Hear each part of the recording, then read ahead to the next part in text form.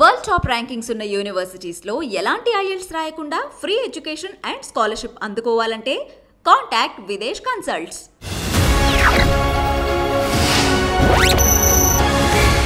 Doctor Samaram అనగానే తెలుగు రాష్ట్రాలు గుర్తు చేసే సెక్స్ ఎడ్యుకేషన్. సెక్స్ గురించి మాట్లాడాలంటేనే మన దేశంలో ఒక ట్యాబు.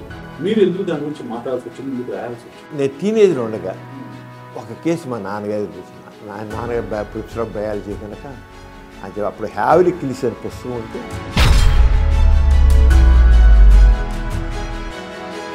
నా దగ్గరికి ఒక ఐఏఎస్ వాడు వచ్చాడు. ఐఏఎస్ వాడు ఐఏఎస్ ఆఫీసర్ కలెక్టర్ వాడు. ఏంటాడు కలెక్టర్ వాడు 37 అన్నాడు. ఇప్పటికి నా కళ్ళ మీద ప్రొఫెసర్ అయ్యారన్నమాట. సెక్స్ గురించి అపోహలు అని.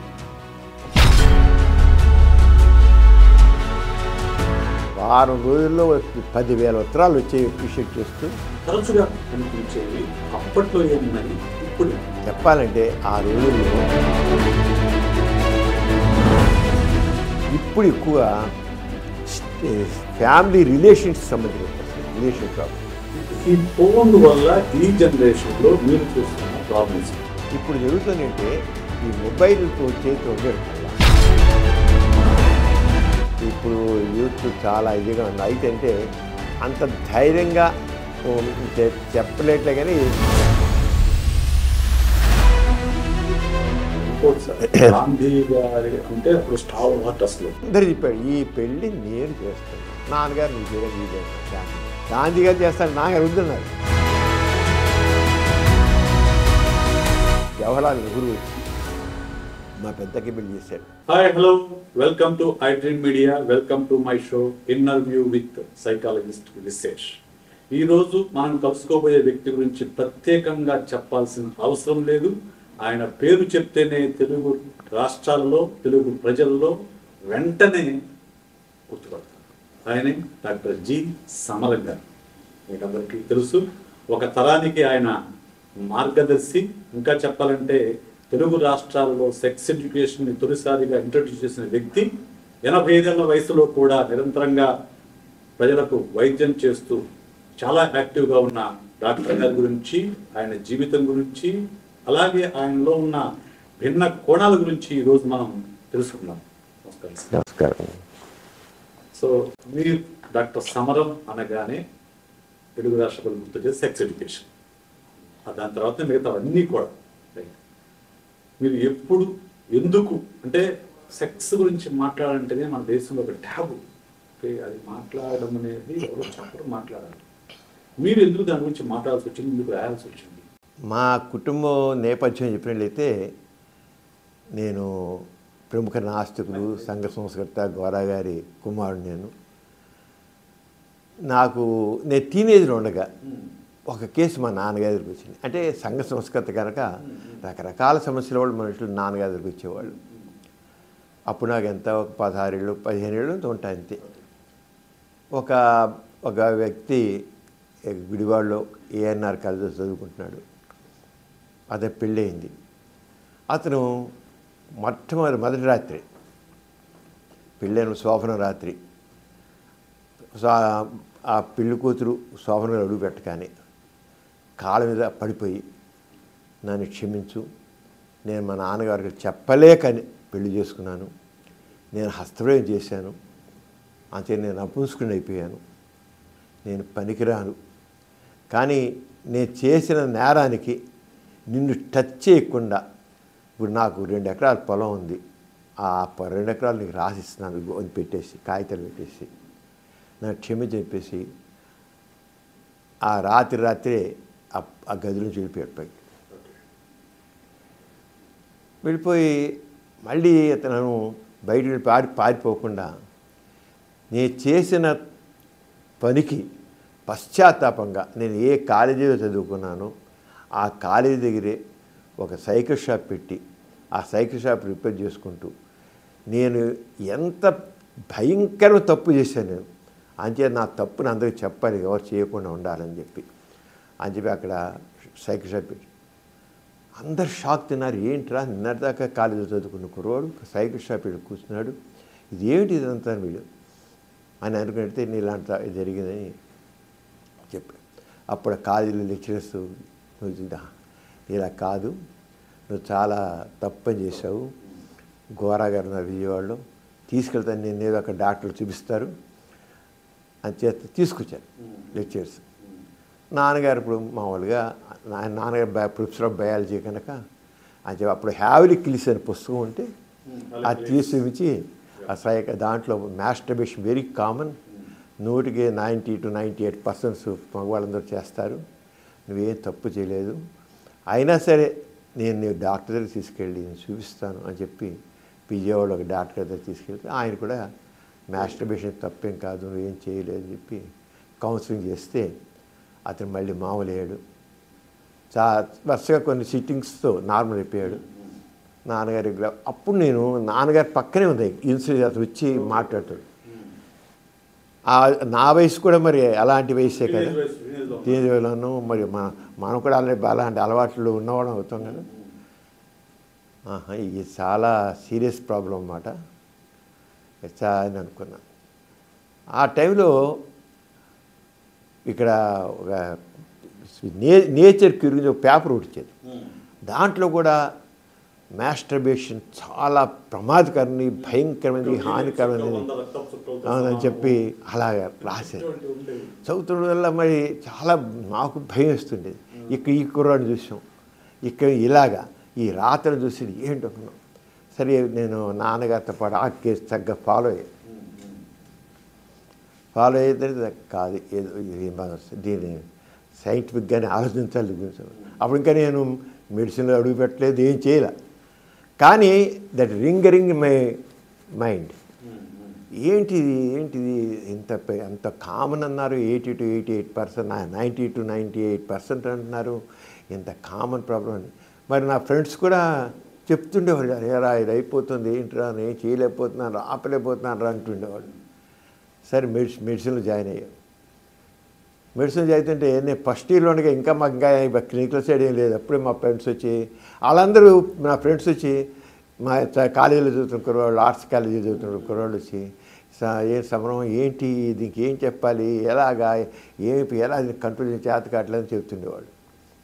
కానీ మదర్ ఏముంటున్నప్పుడు ఇంకా జస్ట్ స్టూడెంట్స్. నేను 5th ఇయర్లో ఉండగా మెడిసిన్ చదువుతున్న ప్రీ ఫైనల్ ఉన్నప్పుడు మా మెడిసిన్ ప్రొఫెసర్ గారు కొద్దిగా లేట్గా వచ్చారు. ఇప్పుడు లేట్గా ఎందుకు వచ్చానో తెలుసా, నా దగ్గరికి ఒక ఐఏఎస్ వాడు వచ్చాడు, ఐఏఎస్ చదివాడు, ఐఏఎస్ ఆఫీసర్, కలెక్టర్ వాడు, పెళ్ళి కాబోతోంది, కలెక్టరే కానీ వాడి గురించి వాడికి ఏమీ తెలియదు. నాకు వీర్యం పోయింది, అస్తమయం చేసే వీర్యం పోతుంది, నేను చాలా వీక్ అయిపోతున్నాను, వాడు పెళ్లి చేసుకోవడం చాలా భయంగా ఉన్నాను అడిగాడు. ఏంటి వాడు కలెక్టర్, వాడు 37 అన్నాడు. ఇప్పటికి నా కళ్ళ మీద అప్పుడు ఉసిరారన్నమాట. 37 దానికి ఎంత ఇది అనేసి, ఇవన్నీ వస్తాయి, మీరందరూ చాలా ఇలాంటివన్నీ మీరు డీల్ చేయాలి మీరు అందరూ అని అప్పుడు ఆయన చెప్పాడు. చెప్పి చాలా గట్టిగా చాలా ఇదిగా మాట్లాడాను. ఇదంతా మాస్టర్బేషన్ తప్పేం కాదు, వీర్యం విలువైనదే కాదు, ఇక ఒక 100 రక్తపడితో ఒక వీర్యం పొడి సమానం, అంతా పెట్టి థ్రాష్ అని చాలా రోజు క్లాస్ తీసేసుకున్నాడు ఆయన. ఆ క్లాస్ మా అందరి బుర్రలో తిరిగింది. ఇంకా నేను ప్రాక్టీస్ పెట్టాక ఇక మన లయోలా కాలేజీ నుంచి రోజు సాయంత్రం నాకు కుర్రోళ్ళు నాకు వచ్చేసేవాళ్ళు. ఇక అది ఈ ఏరియా అంతా నేను ఒక్కనే ఉండేవాడిని. నేను జనరల్గా నేను చాలా యూత్తో చాలా స్నేహంగా ఉండే, మొదటి నుంచి నాకు అలవాటు, చాలా కుర్రాళ్ళతో అందరూ చాలా స్నేహంగా ఉండేవాడు. అందరూ వచ్చి ప్రతివాడు చెప్పేవాడు, ఇలా చెప్పాడు, నాకు వచ్చిందనేవాడు, నాకు వీర్యం పోతుండేవాడు, అస్తమయం చేస్తుండేవాడు, స్వప్నకాలం ఇవన్నీ చెప్తుండేవాళ్ళు. అప్పుడు నేను ఇక లాభం లేదని దాని గురించి స్టడీ చేయడం బలెట్టాను. అప్పుడు ఇప్పుడు ఈ సాహిత్యం లేదండి, ఇప్పుడు అందరికీ అందుబాటులో ఉంది, అప్పుడు ఏం లేదు, అందుబాటులో లేదు. నాకు అసలు ఇవన్నీ చెప్తే చూసేది కింద పడ్డా మీరు తెలుసుకున్నా, చాలా నాకు థ్రస్ట్ దాని నుంచి చాలా ఎక్కువైంది తెలుసుకున్నాను. ఆల్ ఇండియా రేడియోలో నేను రెగ్యులర్గా నా టాక్స్ వస్తుండేవి. ఒక రోజున చెప్పా, ఏమండి ఇది చాలా బర్నింగ్ టాపిక్, ఇది మాస్టర్బేషన్ గురించి, వీర్యం గురించి ఓ టాపిక్ చేసి మాట్లాడదామని చెప్పి మా టాపిక్ ఇచ్చా, సెక్స్ గురించి అపోహలు అని. ట్రెమెండస్ రెస్పాన్స్ వాళ్ళు చెప్పారు. ఫస్ట్ ఎపిసోడ్ ఒక పబ్లిక్లో దాని మీద మాట్లాడండి. నేను చేసి ఏమవుతుంది వాళ్ళు 1974 74 జూలై ఆ ప్రాంతం జూన్ జూలై ప్రాంతంలో వచ్చింది. వచ్చి వాళ్ళు చెప్పారు మా ఆల్ ఇండియా రేడియోకి ఏనాడు ఇన్ని ఉత్తరాలు రాలి వారం రోజుల్లో 10,000 ఉత్తరాలు వచ్చాయి అప్రిషియేట్ చేస్తూ అని చెప్పారు వాళ్ళు. అదే టైంలో ఏనాడు పేపరు వైజాగ్లో మొదలెడుతున్నారు. అది దాదాపు అక్కడ ఈనాడు ఫస్ట్ పేపరు వైజాగ్ దాదాపు లోకల్ ఎడిషన్లా ఉండేది మొత్తం. అక్కడ రామోజీ గారు ఫోన్ చేశారు, నేను విన్నాను ఈ రేడియో టాకు, ఇది చాలా అవసరం. నేను అన్నదాత పేపర్ ఉంది నాకు, ఆ పేపర్లోనే అసలు నాకు ఇలాంటి మా ఫ్యామిలీస్లో ఇలాంటి కొంతమంది చాలా ఇబ్బంది పడ్డారు, అంచేత నువ్వు ఇది గురించి ఎడ్యుకేట్ చేయాలి, నేను రెడీగా ఉన్నాను, నువ్వు రాయాలి. నేను నాకు తెలిసి చాలా లిమిటెడ్ అండి, ఏం లేదంటే చాలా ఆ లిమిటెడే నువ్వు రాయి, నీకు ముందు అసలు నీకు చెప్పాలనేది ఇది ఉంది, కుతూహలం ఉంది, చేయి నువ్వు గట్టిగా అన్నారు. చాలా గట్టిగా ఫోర్స్ చేశాను. నేను అన్నాను నాకు తెలిసిన చాలా కొద్ది అండి, పేపర్లో చాలా నాలెడ్జ్ ఉండాలి, నేనే ఎవరు దీంట్లో ఎక్స్పర్ట్ ఎవరు లేరు, నాకైతే సబ్జెక్ట్ కాదు కాదు చేయాల్సిందన్నారు. ఈనాడు మొదలెట్టిన 3వ దినే ఆదివారం, అది గురువారం ఎప్పుడు పేపర్ మొదలైంది, ఆదివారం నాడు నా ఫస్ట్ ఎపిసోడ్ వచ్చింది. సెక్స్ సైన్స్ అని పెట్టి చెప్తే ట్రెమెండస్ రెస్పాన్స్ వచ్చింది. ఈనాడు వారం 7 కల్లా ఒక దాదాపు 10,000 20,000 ఉత్తరాలు వచ్చేవి అక్కడి నుంచి వైజాగ్ ఉత్తరాలు వచ్చేవన్నీ చాలా రెస్పాన్స్ వచ్చింది. రామోజీ గారు అప్పుడు చాలామంది రామోజీ గారి మీద ఇది ఏంటి డైలీ పేపర్లో సెక్స్ గురించి రాయడం ఏంటి మీకు, ఇదంతా బూత్ పేపర్ అని, బూత్ అవ్వచ్చు ఏమవచ్చు కావచ్చు, నేను మాత్రం వేసి తీరుతాను మీరు చదవంటే కానీ బూత్ పేపర్ అని రామోజీ గారు చెప్పి చాలా మాట్లాడుతుండేవారు, ఇలా అంటున్నారు బూత్ పేపర్ అంటున్నారని. కానీ ఆయన మాత్రం చాలా గట్టిగా నిలబడ్డారు, చాలా గట్టిగా నిలబడి చాలా వయసు చాలా మధ్య 2వ సంవత్సరం వచ్చే 2 వారానికి 2 సార్లు ఇట్లా పెట్టారు, ఆదివారం బుధవారం రాయడం. ఎందుకంటే అది రెస్పాన్స్ బాగా ఎక్కువ ఉంది.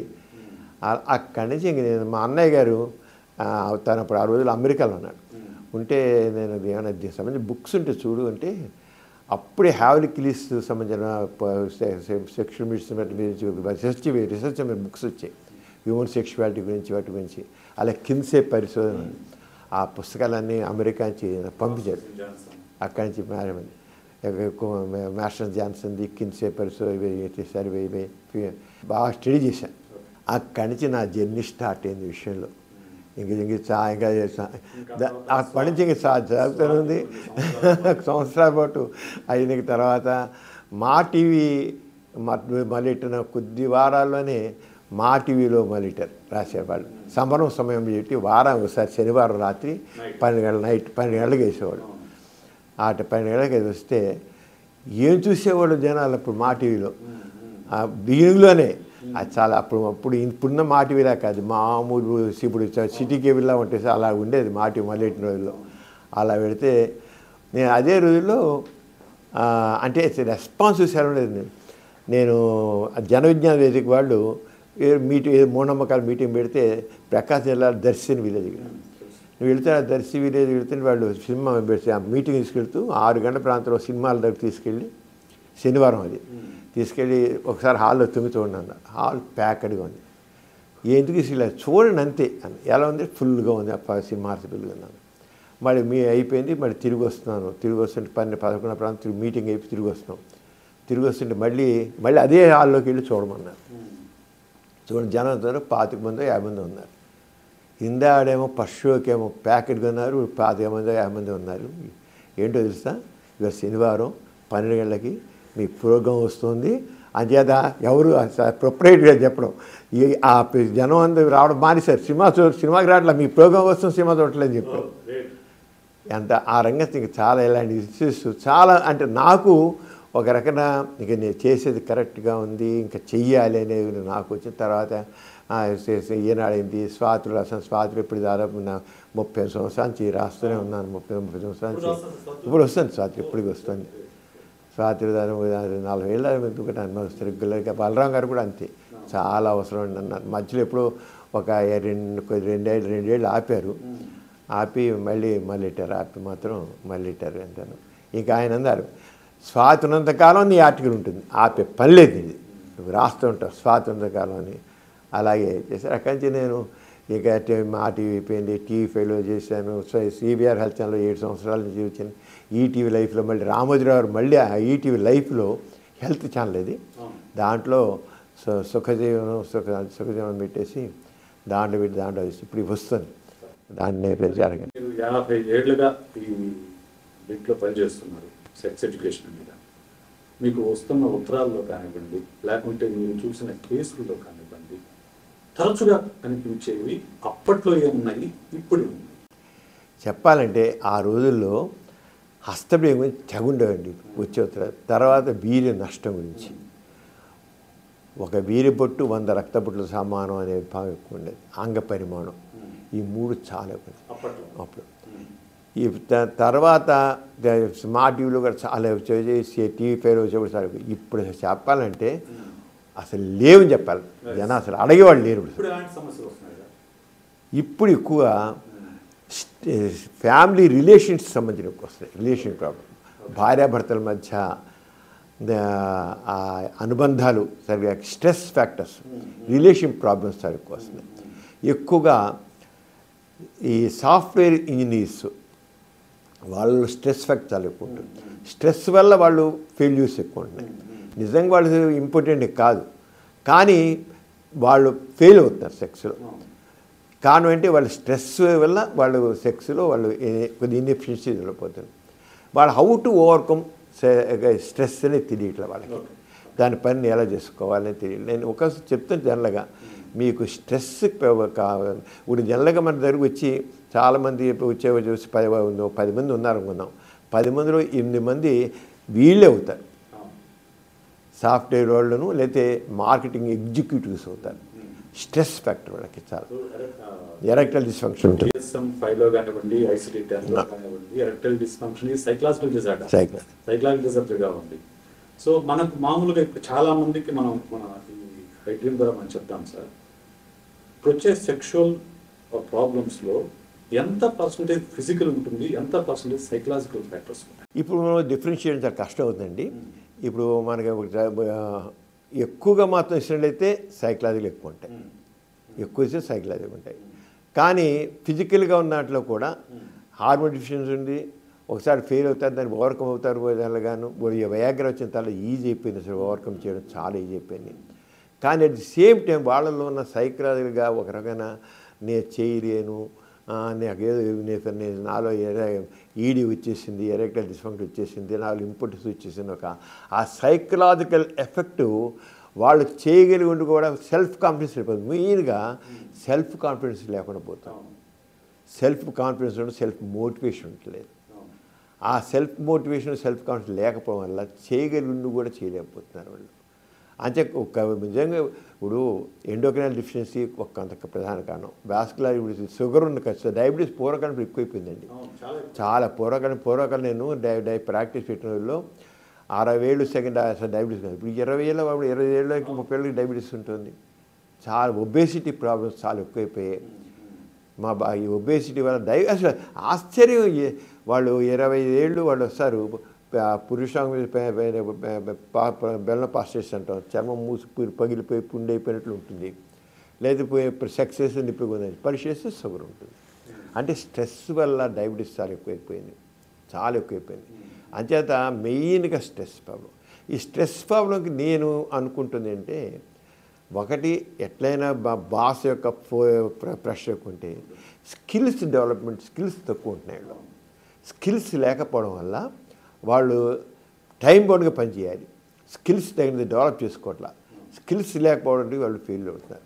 అంచేత ఎవరు ఏ వొకేషన్ ఉన్నారో దాంట్లో స్కిల్స్ కావాలి. ఆ స్కిల్స్ లేకపోవడం వల్ల వాళ్ళు స్ట్రెస్ డెవలప్ అవుతుంది.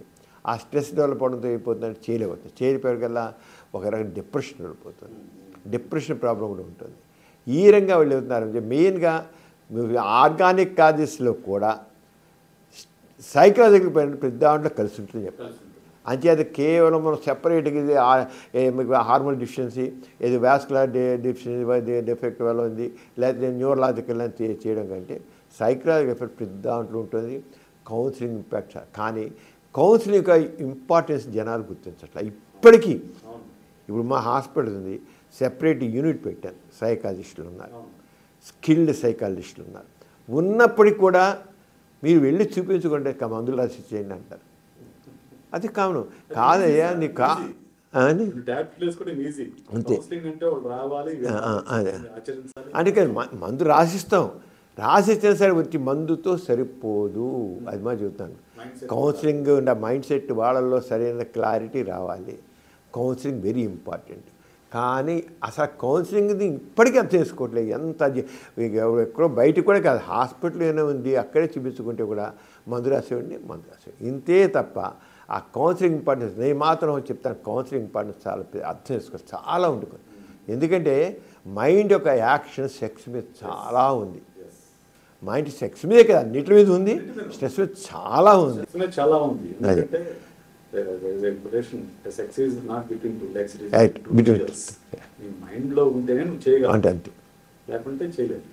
Not between 2 thighs, between 2 years అని చెప్తాం. అది అది తెలుసుకోవాలి. ఇక్కడ టైం కూడా పెట్టలేకపోతాం. మనుషులు బిజీ అయిపోయారు మనుషులందరూ. ఆ కౌన్సిలింగ్ అంటే అసలు చాలా మందులు అవసరం లేదండి. నేను అడిగితే సెక్చువల్ ప్రాబ్లమ్స్ చాలా మందులు అవసరం, చాలా మందులు అవసరం. కేవలం మనం కౌన్సిలింగ్ ద్వారా మనం వర్క్ చేయొచ్చు. కానీ అసలు దానికి ఎఫర్ట్ పెట్టట్లేదు మనుషులు. అది ఒకటి. సార్, ఇప్పుడు మీరు స్టార్ట్ చేసిన టైంలో మీరు చెప్పారు అప్పట్లో సెక్స్ ఎడ్యుకేషన్ తక్కువగా ఉండేది. ఇప్పుడు మా జనరేషన్లో మేము బుక్స్ చదివేవాళ్ళము చాటుమాటగా. ఇప్పుడు ఈ జనరేషన్లో ఫోన్ వచ్చింది, everything is open. Okay, everything is at hand. Okay, ఇప్పుడు ఈ ఫోన్ వల్ల ఈ జనరేషన్లో మీరు చూస్తున్న ప్రాబ్లమ్స్ ఇప్పుడు జరుగుతుందంటే ఈ మొబైల్ వచ్చేది ఉండేది కల్లా పోర్నోగ్రఫీకి సంబంధించి తెగ చూస్తున్నారు. చాలా మంచి ఆడవాళ్ళు మగవాళ్ళ తేడా లేదండి. లేడీస్ కూడా చూస్తున్నారు. వాళ్ళు ఓపెన్ అవ్వట్లేదు. ఎందుకంటే నా దగ్గర ఓపెన్గా చెప్తారు. నా అదే మంది లేడీస్ ఓపెన్గా చెప్పేస్తారు. ఏదైతే దాచుకోరు. ఆడవాళ్ళు కూడా చక్కగా చూస్తారు. ఇద్దరు కలిసి కూడా చూస్తున్నారు. పోర్న్ వీడియో చూసేవాళ్ళు ఏమంటున్నారంటే ఆ రంగం మనం చేయలేకపోతే భార్య చేస్తుందంటే అక్కడ మగవాడు అంత పోర్నర్లో వాడంత ఇదిగా అంత ఎఫెక్టివ్గా అంత చెప్తాడు. చూసుకుని 2 నిమిషాలు 6 నిమిషాలు పడిపోతుంది వీడియో. ఏంటి ఈడే మగవాడు అంటుంది వెంటనే. పూర్వకాలం భార్యాభర్తలు ఏదైనా ఆగేవాడు. ఎలా కాదు, ఫస్ట్ నైట్ ఫెయిల్ అయిపోతే వెంటనే ఇంపార్టెంట్ అని లెక్కట్టేస్తారు. 3వ రోజుకి పనికి రావడం తేల్చిపరుస్తుంది. అమ్మాయి తేల్చిపరుస్తాడు పనికి ఇంపార్టెంట్. వీడికి ఒక రకమైన భయం వల్ల కావచ్చు, లేదా స్ట్రెస్ వల్ల కావచ్చు, నిద్ర లేకపోవడం వల్ల కావచ్చు, పెర్ఫార్మెన్స్ యాంగ్జైటీ అవుతుంది. అసలు లెక్క చేయట్లేదు వీడు. లేడీస్ దీనికి ప్రధాన కారణం ఏంటంటే నేను అనుకోవడం మహిళా సాధికారత. నేను సావర్మోగు నాకు ఎందుకు పనికిరాడు చేయలేడు, నేను బట్టలను ఓడిసి పని అంటుంది. నేను బట్టలను తీసానండి, చేయను, ఏం చేయలేదండి అంటుంది. అరే ఆ దేశం ఇంకా పోతుంది. మరి ఎవరైనా ఫోర్స్ చేసేప్పుడు తప్పకుండా మరీ ఇంకా పోతుంది. అసలు చాలా లేడీస్ మాత్రం కొద్దిగా మగవాళ్ళ సైకాలజీని కూడా అర్థం చేసుకోవాలి. అది లేదు. మగవాళ్ళు ఎవడైనా కొద్దిగా వాళ్ళ పొటెన్షియల్ని ఇన్సల్ట్ చేస్తే మగవాడు ఇంకా డౌన్ అయిపోతాడు. నేను కూడా కొన్ని కేసులు డీల్ చేశాను సార్. ఎప్పుడో ఒక్కసారి భార్య పనికిరా ఉందని చెప్పేసి ఇంకా పూర్తిగా డిప్రెషన్లోకి వెళ్ళిపోయి పూర్తిగా సెక్స్ చేయని పరిస్థితిలో వచ్చిన కేసులు కూడా చూశాను కొన్ని కేసులు. సో అయితే ఫోన్ వల్ల మీకు ఎక్స్పెక్టేషన్స్ పెరుగుతున్నాయి అంటున్నారు. చాలా ఎక్కువ గర్ల్స్ ఎక్స్పెక్టేషన్స్ పెరుగుతున్నాయి. సో ఇంకొకటి మనము మీ జనరేషన్లో కానివ్వండి, మీ జనరేషన్లో కానివ్వండి, పెళ్ళిళ్ళు అనేవి 11, 15 సంవత్సరాలు 5 సంవత్సరాలు వెళ్ళిపోయాయి సార్. ఓకే, ఇప్పుడు పెళ్ళిళ్ళు అనేవి 30, 25 లోపు జరగట్లేదు. అసలు 25 తర్వాతనే పెళ్లి జరుగుతుంది. 30, 32, 33 అట్లా జరుగుతున్నాయి. ఇప్పుడు ప్రీమ్యారిటల్ సెక్స్ పెరిగింది, అలాగే లివింగ్ రిలేషన్షిప్స్ కూడా వచ్చాయి. సో దీన్ని మీరు ఎలా చూస్తారు? అసలు అప్పటికి ఇప్పటికీ ఈ జనరేషన్ గ్యాప్లో ఉన్న ప్రీమ్యారిటల్ సెక్స్ని యాక్సెప్ట్ చేయడం కానీ దీనివల్ల ఏమన్నా సమస్యలు వస్తున్నాయా? లివింగ్ రిలేషన్షిప్ ఎలా వస్తాయి? ఇప్పుడు యాక్చువల్ చెప్పాలంటే ఎవరికి అనుకుంటారండి. పూర్వకాలం మొగుడు కుట్టినా ఆడి పడి ఉండేది, ఎవరు తిట్టిన పడి ఉండరు. తిట్టడం కాదు, ఇన్సల్టింగ్ మాట్లాడినా పడి ఉండరు. ప్రతి వాళ్ళకి వాళ్ళ ఈగో ఉంది, సెల్ఫ్ అనేది వాళ్ళకి తప్పు ఉన్నది. అంచేత ఇప్పుడు లేడీస్ వాళ్ళు కూడా ఎడ్యుకేట్ అయిపోయారు. మగవాడితో సమానం అనుకుంటా, అనుకోరు కూడా, నేను దాన్ని తప్పకుండా ఎంకరేజ్ చేస్తాను. కానీ ఇద్దరు ఒకరొకరు అర్థం చేసుకోవాలనేది కావాలి. అర్థం చేసుకోవడం ఉండలేదు.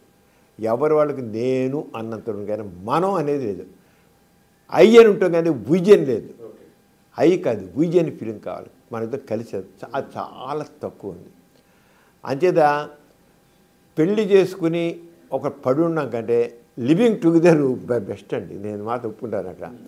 లేకపోతే ఆడదారిని అణిచేస్తారు, లేకపోతే ఆడదారి ఎందుకుంటే పిల్లల గురించి చూసుకుంటారు. పిల్లలు సోషల్ రెస్పాన్సిబిలిటీ తీసుకుని గవర్నమెంట్ మారాలి, చట్టాలు కూడా మారాలి. పిల్లలు కనేసి వదిలిస్తే ఒకవేళ ఆ బాధ్యత మనకు.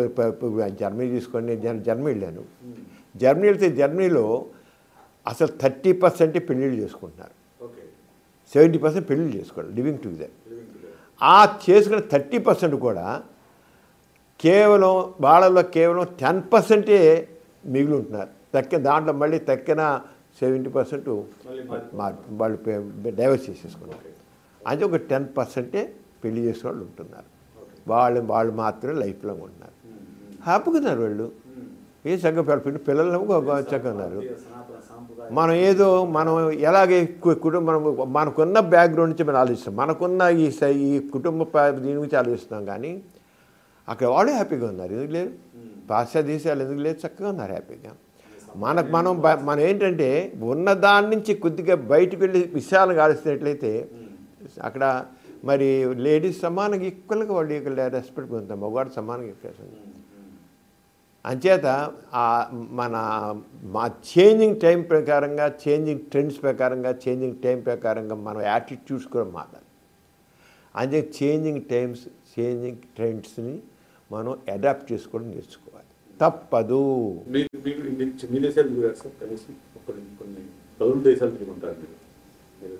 లేదా 30 కంట్రీస్ తిరిగాను నేను. అక్కడ మీరు చూసిన కల్చరల్ ఇన్ఫ్లుయెన్స్ కానీ ఇక్కడ మనం చూసేదాన్ని కానివ్వండి, ఈ సెక్షువల్ ఎడ్యుకేషన్ కానీ ఎలా ఉంటుంది? మేజర్ డిఫరెన్స్ ఏంటి? ఇక్కడ మీరు ఎలాంటి మార్పు రావాలని మీరు ఎక్స్పెక్ట్ చేస్తున్నారు? మా పెద్దమ్మాయి వెస్ట్ ఇండీస్లో ఉందండి. మా మనవరాలు 7వ తరగతిలో ఉండగానే వాళ్ళకి ఫ్యామిలీ ప్లానింగ్, కండోమ్ గురించి, వాటి గురించి వాళ్ళు ఫుల్గా చెప్పేది. Knows everything. తాత నాకు ఇది నాతో మాట్లాడుతుంది. 7 ఏళ్ళ వయసులో నాకు తను చిన్న వయసు 10 ఏళ్ళు తను అంతా నాకు చెప్పడం పడింది, అంతా చెప్పింది. చాలా అంటే ఆ వయసులో చక్కగా రిసీవ్ చేసుకుంటారు. చాలా బాగా చెప్పారు పిల్లల గర్భం రావడం అంటే ఏంటని. నేను కొన్ని వందల సెక్స్ ఎడ్యుకేషన్ క్లాసులు తీసుకున్నాను ఇండియాలో కూడా. నేను ఎలిమెంటరీ స్కూల్ లెవెల్లోంచి యూనివర్సిటీ లెవెల్ దాకా సెక్స్ ఎడ్యుకేషన్ క్లాసులు తీసుకున్నాను. చిన్న పిల్లలకి 10 ఏళ్ళు 12 ఏళ్ళ వయసులో పాటు చెప్పినోడు ఎటువంటి వికారాలు లేకుండా చక్కగా రిసీవ్ చేసుకుంటారు. ఒకసారి ఒక పిల్లవాడిని ఇంటర్ కోర్స్ అంటే ఏంటంటే చెప్పాను ఇంటర్ కోర్స్ అని ఒక మగవాడికి ఒక అమ్మాయిని చూస్తే కోరిక కలుగుతుంది, అంగం చిన్నగా ఉంది, పెద్దది అవుతుంది, లావ్ అవుతుంది. ఆ కోరిక కలిగినప్పుడు వాడు స్త్రీకి యోని గ్రంథం ఉంటుంది, దాన్ని పెట్టి చేస్తాడు, వీర్యం పడుతుంది, అప్పుడు ఇలా గర్భాశయం ఉంటుంది, పిల్లలు పడుతారు, ఇది కడుపు వస్తుంది అని చేతులు కట్టుకుని పాఠం పేరు చెప్పాడు. చక్కగా చెప్పాడు. ఆ కుర్రోడు నాకు ఒక 35 ఏళ్ళు 40 ఏళ్ళ తర్వాత రైల్వే స్టేషన్కి వాడి డాక్టర్ గారు ఆ రోజు చెప్పారు, నాకు ఇప్పటికే పాఠం గుర్తుంది, మీకు ఆ రోజు చేతులు కట్టుకుని చెప్పాను, నిజంగా నాకు ఎంతో ఉపయోగపడిందండి. అంటే అది వికారాలు లేకుండా చక్కగా చిన్నప్పటి నుంచే మన అందుకనే sex education mother ever sex education ఎక్కడ అంటే ఉయ్యాలు ఉండగానే మొదలవుతుంది. తల్లి దగ్గర నుంచే వస్తుంది. తల్లి చెప్తుంది ఎక్కడ ఉయ్యాల్లో ఉన్నప్పుడే సెక్స్ ఎడ్యుకేషన్. అంటే చిన్నప్పటి నుంచే సెక్స్ ఎడ్యుకేషన్ కావాలండి. అక్కడ పాశ్చాత్య దేశాల్లో సెక్స్ ఎడ్యుకేషన్ ఉంది, స్కూల్స్ అన్నీ చెప్తారు. విచ్చలవిడితనం అంటలేదే, నేను అంటలేదు విచ్చలవిడితనం అంటలేదు, తప్పు. వాళ్ళ యాక్చువల్లీ రాంగ్. అది మా సరిగ్గా ఇక్కడ 2 ఉన్నాయండి. Sex education and aspect, erotic aspects of sex, scientific aspect sex. Scientific aspect sex అనేది మనం మాట్లాడేది ఏంటి, గర్భ అంగస్తంభన అంటే ఏంటి, గర్భం రావడం ఏంటి, దాంపత్య సంబంధాలు అంటే ఏంటి, ఇవే సెక్స్. మానవ మనకు ఏజ్ ఇచ్చారికల్లా గ్లాండ్స్ ఉంటాయి, హార్మోన్స్ రిలీజ్ అవుతాయి, మన ఫిజికల్ చేంజెస్ వస్తాయి, సైకలాజికల్ చేంజెస్ వస్తాయి, లైంగిక భావనలు వస్తాయి, feel good hormones, love hormones వస్తాయి, మళ్ళీ అవన్నీ ఉంటాయి. ఇవన్నీ చెప్తాయి సైంటిఫిక్ ఆస్పెక్ట్స్. తప్పే ఉంటుంది దాంట్లో. అవి చెప్పాలి. చెప్తే అలా కాకుండా ఏంటి చెప్పినప్పుడు ఈ మా శృంగారం మళ్ళీ మెల్లిన శృంగారం, అమలిన శృంగారం అంటాం మనం. మలిన శృంగారం అంటే అసభ్యంగా ఒట్టి మనుషుల్ని రెచ్చగొట్టేది అమలిన శృంగారం, మలిన శృంగారం. అమలిన శృంగారం అంటే చక్క శృంగారం అన్న మన వాళ్ళకి తేడా తెలియట్లేదు. మీరు ఎరోటిక్ అమలిన మలిన శృంగారం అన్నారు కాబట్టి మీ ఇష్యూ ఉన్న ఒకటి ప్రస్తావిస్తాను. ఆర్జీవి జిఎస్టీ తీసుకున్నప్పుడు మీరు డిస్కషన్లో పార్టిసిపేట్ చేశారు. అప్పుడు ఆయన క్వశ్చన్ వేశారు, మీరు ఇప్పుడు సెక్స్లో పార్టిసిపేట్ చేశారు. మీరు ఆ సినిమా చూసారా సార్? జిఎస్టీ చూడలేదు. Just participate sir. అప్పుడు అడిగారు మీరు ఇప్పుడు అంటే అది నా పర్సనల్ విషయం అన్నారు. అంతే, దట్స్ చెప్పాల్సిన అవసరం. చెప్పొచ్చు కానీ పర్సనల్ వేరు, పబ్లిక్ వేరు. పర్సనల్ విషయం పర్సనల్. మొగుడు ఇప్పుడు భార్యాభర్తలు ఇద్దరు బెడ్రూమ్లో ఉంటారు. బెడ్రూమ్ అంటే బట్టలు బయట తిరిగి అసలు బెడ్రూమ్లో చేసి అందరికీ తెలిసిందే. అదంతే. చాటు వేరు, సీక్రెసీ వేరు. చాటు వేరు, సీక్రెట్. అంచేత కొన్ని విషయం పబ్లిక్ అవసరంలా. ఆరంగానే మనం చెప్పే సైంటిఫిక్ సెక్స్ అనేది వేరు, ఒక ఊరికి అంగాంగ స్వంగరణలు చేసుకుంటూ రెచ్చగొట్టే విధంగా చెప్పడం వేరు. అది జనాలు గుర్తించలేకపోతే ఏంటంటే సెక్స్ ఈజ్ పవర్ అనే విషయం చెప్పాడు. అంతే. Sex is the power of a woman. అంటే use it, you like it, you can use it as you like అనేది అది మొత్తం కూడా స్క్రీన్ మొత్తం కూడా అదే ఉంటుంది. కాకపోతే బాడీ పార్ట్స్ అన్ని చూపించుకుంటూ ఎక్స్ప్రెస్ చేశారు కాబట్టి మన దగ్గర కనీసం ఖచ్చితంగా వచ్చింది. సో అది దట్స్ ఓకే సార్. సో ఇది ఒక సెక్సాలజిస్ట్గా, ఒక సెక్స్ స్పెషలిస్ట్గా సమరం గారికి ఉన్న ఒక పేరు ప్రఖ్యాతులు ఇప్పటివరకు మనం మాట్లాడుతున్నాం. సో దాంతోపాటు మీరు డాక్టర్గా కూడా మిగతా నేను మామూలు general practitioner, do all the surgeries and everything. నేను సర్జరీస్ అవన్నీ మామూలుగా చేస్తాను. నేను జనరల్ ప్రాక్టీషనర్. నాకు సెక్సాలజీకి సంబంధించిన కేసులు ఎన్ని ఉంటాయో, సెక్షువల్ మెడిసిన్ ఉంటాయో దానికి డబ్బాలు త్రివులు నా జనరల్ మెడిసిన్ ఉంటాయి. నేను దానికి కూడా హార్ట్ కేసులు, డయాబెటీస్ కేసులు అన్నీ డీల్ చేస్తాను. దాని గురించి మాట్లాడతాను. ఎందుకంటే మీ హాస్పిటల్ నేమ్ కూడా వాసవ్య నర్సింగ్. వాసవ్య అంటే అందరికీ చెప్పండి సార్, కొంచెం ఈ జనరేషన్ తెలియదు. వాసవ్య అంటే వాస్తవికత, సంఘ దృష్టి, వ్యక్తిత్వం. వాస్తవికత అంటే ఏదైనా సరే సత్యం మీద ఉండాలి, రియలిస్టిక్గా ఉండాలి. అది వాస్తవికత. అంటే సంఘ దృష్టి, పిలో హ్యూమన్ బీయింగ్ నుంచి మనం కన్సర్న్గా ఉండాలి, సంఘ దృష్టి ఉండాలి. వ్యక్తిత్వం అనేది వ్యా అంటే వ్యక్తిత్వం. వ్యక్తికి గౌరవం ఉండాలి. నాకేంత గౌరవం కావాలనుకుంటున్నాను మీకు అంత గౌరవం కావాలి. నాకే విలువ కావాలనుకుంటే మీకు ఆ విలువ కావాలి. అంతే నువ్వు ఎక్కువ ఒకటి తక్కువ కాదు. అంతే ఈ మూడు మా నాన్నగారు నాస్తికత్వం అంటే ప్రధాన సూత్రాలు 3 అని పెట్టారు. వాస్తవికత, సంఘదృష్టి, వ్యక్తిత్వం. ఎవరికి ఎవడు దాసోహం అవసరం లేదు. వ్యక్తిత్వం అనేది అంత వ్యక్తి దేనికి స్లేవ్గా ఉండాల్సిన పని లేదు. Man is supreme. ఆ స్లేవ్ మైండ్ అనే మనిషిని దాసోహం చేసి వ్యక్తిత్వం లేని మనిషిగా మారుస్తుంది. అంచేత ప్రతి వ్యక్తికి వ్యక్తిత్వం ఉండాలి, గౌరవం ఉండాలి, మర్యాద ఉండాలి. ప్రతి వాడు గౌరవం ఉండాలి, ఇది వాడు గౌరవం ఇవ్వాలి. అంతే వాసవ్య అనే దాని మీద మా హాస్పిటల్ పెట్టాం. నేను అందుకే ప్రతి మా పేషెంట్ వస్తే నేను ప్రతిదీ వివరించి చెప్తాను, స్పష్టంగా చెప్తాను. దాంట్లో మాకు దాపరేకాలు పెట్టను. ఇది ఎందుకోసం చేసి ఇది చెప్తాను, ప్రతి ఒక్కరు చెప్తాను, వీరు ఎందుకు చెప్తాను. మీరు స్టేట్ ప్రెసిడెంట్గా చేశారు, నేషనల్ ప్రెసిడెంట్, నేషనల్ ప్రెసిడెంట్ చేశాను, జాతీయ అధ్యక్షుడిగా చేశాను. సో అలాగే చాలా కార్యక్రమాలు ఐ క్యాంప్స్ కండక్ట్ చేశారు, ఎయిడ్స్ క్యాంప్స్ కండక్ట్ చేశారు, అలాగే చాలా మెడికల్ క్యాంప్స్ కండక్ట్ చేశారు. ఇటువంటివి చాలా కొన్ని సంవత్సరాలు, దశాబ్దాలుగా మీరు పని చేస్తున్నారు. ఎన్నో సర్వీసెస్. వీటిలో మీకు బాగా సంతృప్తినిచ్చిన ఏదన్నా ఒక గుర్తు వెంటనే ఈరోజు అంటే మనకు ఒక పని రోజు రెగ్యులర్ డ్యూటీ చేస్తూ ఉంటాం సార్, కానీ కొన్ని మనకు వాళ్ళు ఇచ్చే కాంప్లిమెంట్స్ కానీ వాళ్ళు ఇచ్చే మనకు సంతృప్తినిస్తాయి, అందుకనే గుర్తొస్తాయి. అటువంటి మీకు గుర్తొచ్చిన సందర్భం దాంట్లో నేను ప్రతి పనిలోనూ నేను ఒక తృప్తి పొందుతానండి. అది ఫస్ట్ థింగ్. నేను ఏ పని చేసి ఎంత చిన్న పని అయినా సరే ప్రతిసారి నేను పనిలో ఒక ఆ తృప్తి, ఆనందం పొందుతాను, సంతోషం పొందుతాను. ఎక్కడ దేనికి నేను విసుగు చెందాను. అది నా ప్రథమైనది. నేను 1000సారి ఆపరేషన్ చేసినా, చిన్న ఆపరేషన్ 1000సారి చేసినా సరే చాలా బాగా వచ్చింది కదా అంటాను.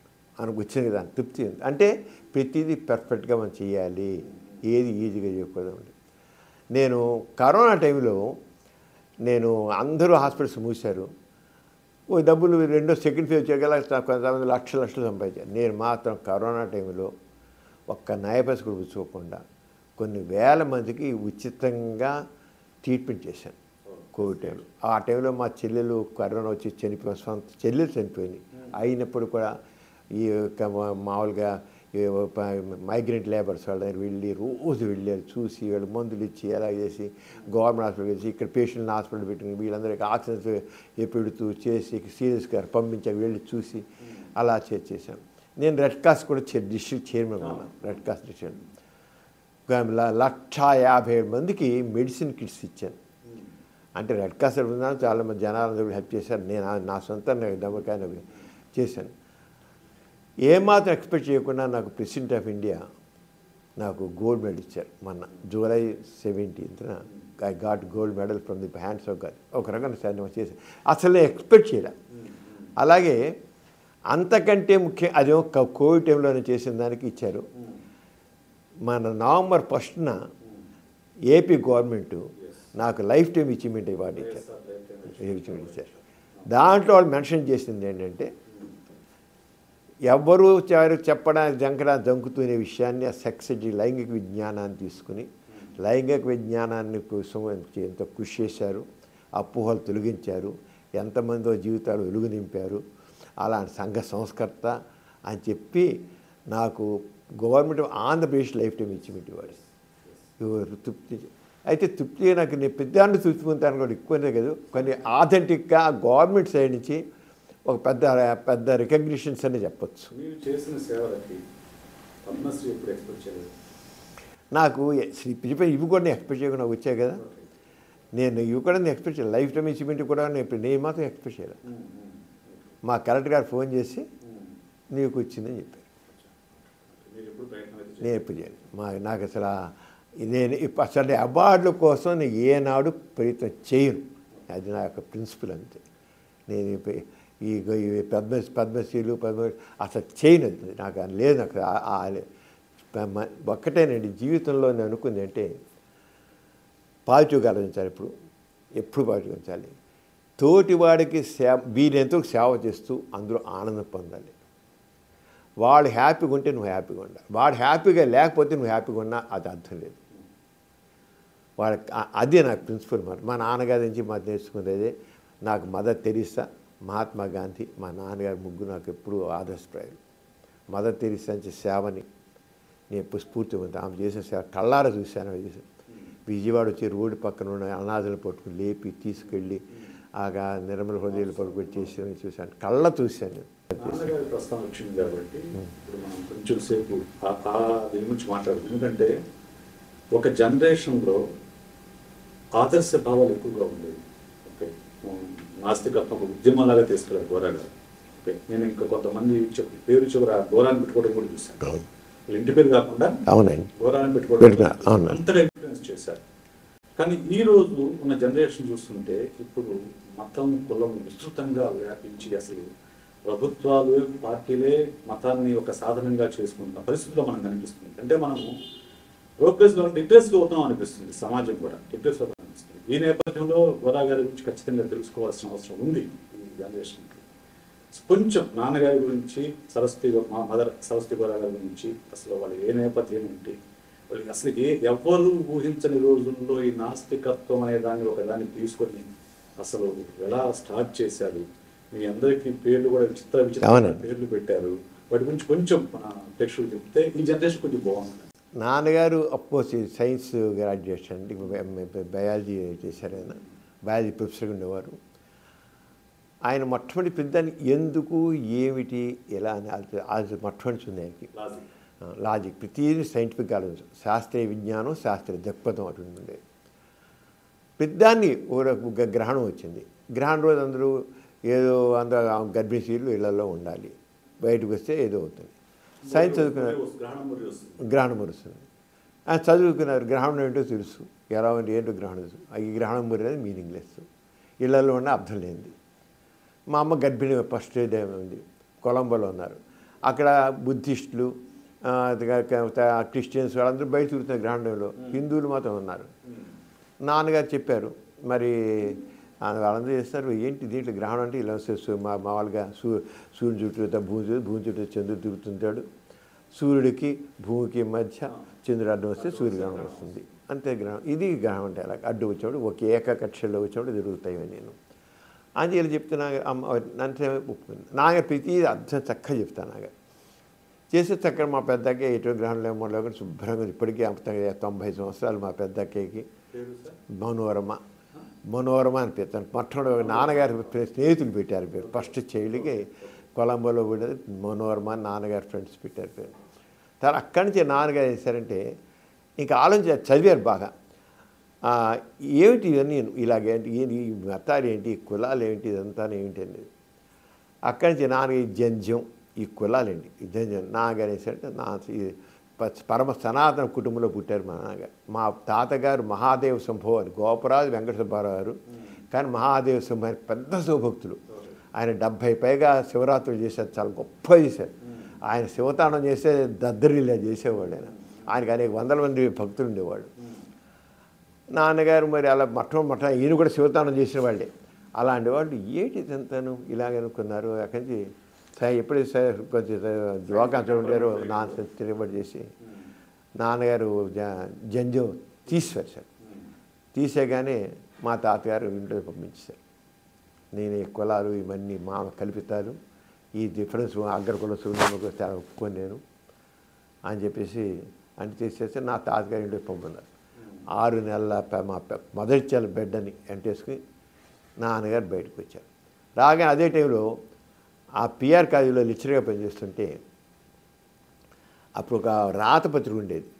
ఆ విద్యార్థి రాతపత్రిక దాంట్లో దేవుడు లేదు అని ఒక ఆర్టికల్ రాశారు.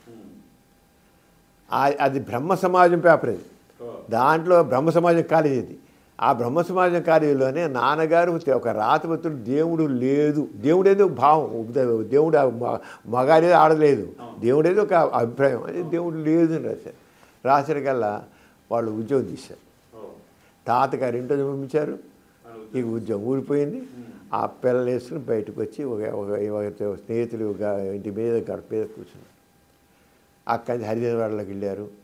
వచ్చిన సూర్యకాంతి పెట్టారు. ఆ పెట్టి అది ఒక సోషలిస్ట్ భావాలతో సూర్యకాంతి నడిపారు. మళ్ళీ ఉద్యోగంలో జాయిన్ అయ్యారు, వేరే విషయంలాగా. అక్కడ అడుగొడుక్కి నాన్నగారు ఉద్యోగంతో పోవడం, కనీసం చివరికి నాస్తికత మాట్లాడగలేదు. బందర కాలేజీలో జాయిన్ అయ్యారు. జాతీయ బందర కాలేజీలో ఉద్యోగం నాస్తికత మాట్లాడగలేదన్నారు. ఉద్యోగం తీశారు. ఉద్యోగం తీశారన్నారు. ఆ రంగా ప్రతిదీ ఆయన నమ్మిన దాన్ని గట్టిగా సిద్ధాంతం అంటే కులాల పేరు. ఆయన పేరు గోపరాజు రామచంద్రరావు, నాన్నగారి పేరు. కులం మొత్తం మంచిగా ఉండకూడదు అంటే గోపరాజు రామచంద్రరావు గోర అని పేరు మార్చేసుకున్నారు. ఇంటి పేరు తీసి పరిస్థితి అని తీసారు, కేవలం గోరాన్ని రిజిస్టర్ చేసేసుకున్నాను. అక్కడి నుంచి నాన్నగారు ఇంకా పేరు మా అందరి పేర్లు, మా పెద్దకి పేరు మాత్రం మనోరమని స్నేహితులు పెట్టారు నాకు ఉంది. మా రెండోసారి ఉప్పు సత్యాగం జరుగుతున్నలో మా లవణ పెద్దన్న పెట్టారు, లవణం అని పెట్టారు. అప్పటికే గాంధీ గారి ప్రభావం నాన్నగారు వచ్చింది బాగా స్వామి గారు. తర్వాత మా మైత్రికాయ పుట్టింది అక్కయ్య, గాంధీ ఇంపాక్ట్ మైత్రి పేరు పెట్టారు. తర్వాత గాంధీ గారు బేసిక్ ఎడ్యుకేషన్ ప్రవేశపెట్టారు, దాని విద్య అని పేరు పెట్టారు. దాని చెన్నిపాటి విద్యని విజయవాడ పార్లమెంట్ 2 సార్లు పార్లమెంట్ మెంబర్గా కూడా ఉంది. తర్వాత నాన్నగారికి అప్పుడు కాంగ్రెస్తో చాలా యాక్టివ్గా ఉండేవారు. అప్పుడు అన్ని రాష్ట్రాలు కాంగ్రెస్ విజయం సాధించి అప్పుడు విజయం అని పెట్టారు. నేను సెకండ్ వరల్డ్ 1939 అటు పుట్టాను, అంటే నవ్వే సమరం పెట్టారు. నా తర్వాత హిట్లరు, ముసోల్ని, స్టాలిన్ టైంలో మా తమ్ముడు నియంత్రణ పెట్టారు. మా నాన్నగారు మా ఫ్యామిలీ మెంబర్స్ అంతా జైలుకి వెళ్ళారు స్వాతంత్ర్యం కోసం. జైలుకి వెళ్తే అప్పుడు జస్ట్ స్వాతంత్ర్యం వచ్చే ముందు మా చెల్లెలు పుట్టింది మారు, తన డాక్టర్ మారు నాతో కలిసి పనిచేస్తారు. మారు అని పేరు పెట్టారు. చివరి చేయలేదు నవ్వు అని పేరు పెట్టారు. 9 పెట్టారు. మా నాన్నగారిలో మళ్ళీ హాస్యం ఉండేది చాలా సొంతంగా. ఇప్పుడు 9 పెట్టాను, తర్వాత ఏం పెడతారనే వాళ్ళు. నవ్వు పెడితే 10వ చేయలు పెడితే దశ పెడతాను, ఆ పైన బస్ అని పెడతానే వాళ్ళు. బస్ అని పెడతాను ఇంక అంతే, ఇంక అంతే అనేవాళ్ళు. సరే అప్పుడు 6 రోజులు అప్పుడు ఇంక ఆపరేషన్ లేవు, తల మొట్టమొదటి చేశారు, వ్యాసకి ఏం చేశారు. అది ఇంకా అలాగే మొత్తం ఇంకా నా అమ్మగారు నాన్నగారు మొత్తం కంప్లీట్గా ఈ స్వాతంత్ర్యంలో ఉన్నారు. సరే మా పెద్దకి వివాహం గాంధీ గారు నాన్నగారు చేశారు. మనం మాటలు చెప్పడం కాదు, ఈ కులాలు మతాలు కాదన్నాం. అంచేత ఒక అంటరాని వాడికి ఇచ్చి మా అమ్మాయిని పెళ్లి చేయాలి అనుకున్నారు. అంటే మా పెద్దక్కయ్యతో మాట్లాడారు, నేను ఇలా అనుకుంటున్నాను, ఒక అస్పృశ్యుడైన వాడితో ఇచ్చి పెళ్లి చేద్దాం అనుకున్నాను. ఎవరు చదువుకున్నా ఐఏఎస్ చదువుతున్నా ఐపీఎస్ కాదు, చదువుకున్నాడు కాదు, ఒక మామూలు హరిజనవాడలో ఉన్న వ్యక్తిని తీసుకొచ్చి నేను నీకు పెళ్లి చేస్తాను అంటే మా పెద్దకి ఓకే అని. ఒక హరిజనవాడలో వామరపాముల దాంట్లో హరిజనవాడలో నుండి ఒక వ్యక్తిని తీసుకొచ్చి అక్కడ ఆ హరిజనవాడలో పెళ్లి చేసి గాంధీ గారితో నాన్నగారి పరిచయం, నాన్నగారు గాంధీ గారికి మధ్య నాస్తికం బాగా జరిగాయి. గాంధీ గారు నువ్వు ఆవేశం చేస్తున్న ఎలా ఉంది ఇది, అలా కాదు నేనే పెళ్లి చేస్తాను, ఇంకే పెళ్లి చేయను, ఈ పెళ్ళే చేస్తాను ఆశ్రమంలో అన్నాడు. అంటే గాంధీ గారు చేస్తాను కానీ అంచేత 2 ఏళ్ళు పరీక్ష చేస్తారు ఇద్దరిని. అంచేత మా పెద్ద బావ గారు నేను మా అక్కని 2 ఏళ్ళు హాస్టల్ ఉంచాను. అందరు చెప్పాడు ఈ పెళ్ళి నేను చేస్తున్నాను, నాన్నగారు నువ్వు చేయడం వీలేదన్నారు గాంధీని. గాంధీ గారు చేస్తాను, నాన్నగారు వద్దన్నారు. ఎందుకంటే నువ్వు దేవుని పేరు ఇస్తావు, నేను దేవుని ఒప్పుకోను. నో దేవుని పేరు కొడతాను, సత్యసాక్షిగా పెళ్లి చేస్తాను అంతే, అంతే దేవుని పేరు ఎక్కడా చూసిరా అన్నాడు. అందరికీ చెప్పాడు పెళ్లి చేస్తాను. ఆయన 1900 ఆయన మార్చిలో పెళ్లి చేసేది, నా జనవరిలో హత్య చేయబడ్డారు. అప్పుడు హత్య చేయబడి జవహర్లాల్ నెహ్రూ వచ్చి మా పెద్దకి పెళ్లి చేశాడు. అంటే Jawaharlal Nehru prime minister of India వచ్చి అప్పుడు మా పెద్దకే పెళ్ళి, ఆయన గాంధీ గారు చేసిన పెళ్ళి ఆయన నాన్నగారితో ఉండేవారు అంతే. ఆయన ఏం చదువుకోలేదు, ఆయన ఎస్ఎస్ఎల్సీ వెరీ కామన్ మ్యాన్ అంత చెప్పారు. కానీ నేనేమి ఉద్యోగం చేస్తున్న వాడిని కానీ ఐఏఎస్ ఐపీఎస్లు కానీ ఏ ఉద్యోగాన్ని పెట్టాను, సామాన్యం తీసుకొచ్చేస్తాను అని చెప్పేసి ఆ రంగా ఆయన చేశారన్నమాట. ఆ రంగా ఆయన చేశారు. మా ఇంట్లో మా ఇంట్లో అన్ని అందరూ మా ఇంట్లో ఉన్నారు. మా విశ్వ కుటుంబం. కులాలంటే అందరూ మనుషులే, మొత్తం భారతదేశంతో మా ఇంట్లో ఉంది. లేదా కదా మా ఇంట్లో అన్నీ ఉన్నాయి, అందరూ ఉన్నారు. మొత్తం మా నాన్నగారికి 80 మంది మనవులు ముని మనవులు అందరూ ఉన్నారు. నేను ఒక ప్రశ్న అడుగుతాను. ఇప్పుడు గోరా గారు అంటే నాస్తికత్వం అంటే గోరా గారి ద్వారానే మొదలైందని అంటారు భారతదేశం మొత్తం మీద. మీ ఫ్యామిలీలో ఎక్స్టెండెడ్ ఫ్యామిలీలో కానీ భక్తులు ఉన్నారా అండి? భక్తులు ఎవరు లేరండి, ఎవ్వరు. మా నాన్నగారికి మా పిల్లలకి వచ్చిన మా అల్లుళ్ళు కానీ కోడళ్ళు కానీ, మా పెద్ద వదిన మా లావణయ్య వైపు జాషువా కవి గారి కూతురు హేమలత లావణం గారు, అలాగే ఎవరు ఈ రోజులకు ఒక్కళ్ళే ఎవరు. ఇప్పుడు నాన్నగారికి మా కొడుకులు కూతుళ్ళు మనవలు ముని మనవల్లాగా ఉన్నారు. 5 జనరేషన్స్ ఉన్నాయి. 5 జనరేషన్స్ ఒక్కడు కూడా ఇంతవరకు భక్తులు లేరు ఎవరు. అందరూ కూడా గోరగారి మాట.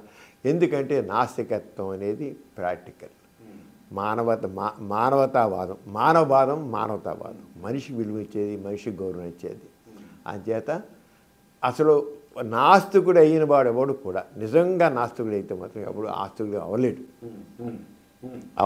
ఇంకోటి సార్, గాంధీ గారి అంటే అప్పుడు స్టార్ హార్ట్ అసలు గాంధీ గారితో అంత సన్నిహితంగా ఉన్న గోరా గారు వ్యక్తిగత వాదోపదాలు తీసి లెటర్స్ రాసుకున్న గోరా గారికి ఆ స్థాయిలో గుర్తింపు రాదని నేను అనుకుంటున్నాను. అసలు గుర్తింపు కోసం ఎవరు ఆ నాన్నగారు మేము ఎవరు కూడా కోరుకున్నారని నేను అంటలేదు. కానీ ఆ స్థాయిలో, ఎందుకంటే ఆ ఉద్యమం ఆ స్థాయిలో కొనసాగటం కానీ జరగలేదేమో అనిపిస్తుంది నాకు.